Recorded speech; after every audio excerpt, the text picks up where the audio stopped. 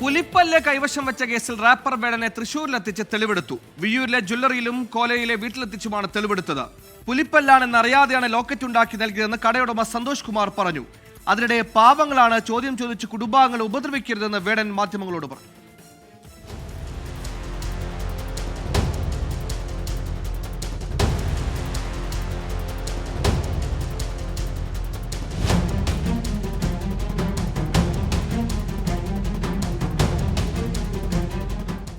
വേടന് പുലിപ്പല്ല് സമ്മാനമായി നൽകിയ രഞ്ജിത്ത് കുമ്പടിക്ക് വേണ്ടി അന്വേഷണം ഊർജിതമാക്കുന്നതിനിടയിലാണ് മറുതലക്കലിൽ വനം വകുപ്പിന്റെ തെളിവ് ശേഖരണം. വിയ്യൂരിലെ ജുവലറിയിൽ നിന്നായിരുന്നു പുലിപ്പല്ലിൽ വെള്ളി കെട്ടിയത്.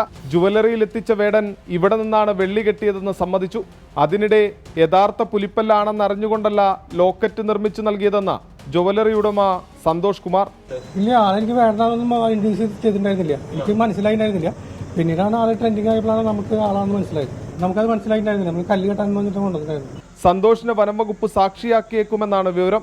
അതിനിടെ കോലഴിയിലെ വീട്ടിലെത്തിച്ചും തെളിവെടുത്തു.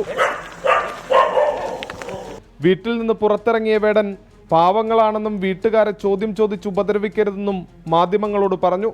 വേടന്റെ ജാമ്യാപേക്ഷ വെള്ളിയാഴ്ച പരിഗണിക്കാനിരിക്കെ അതുവരെ ജയിലിൽ കഴിയേണ്ടി വരും. 24 തൃശൂർ.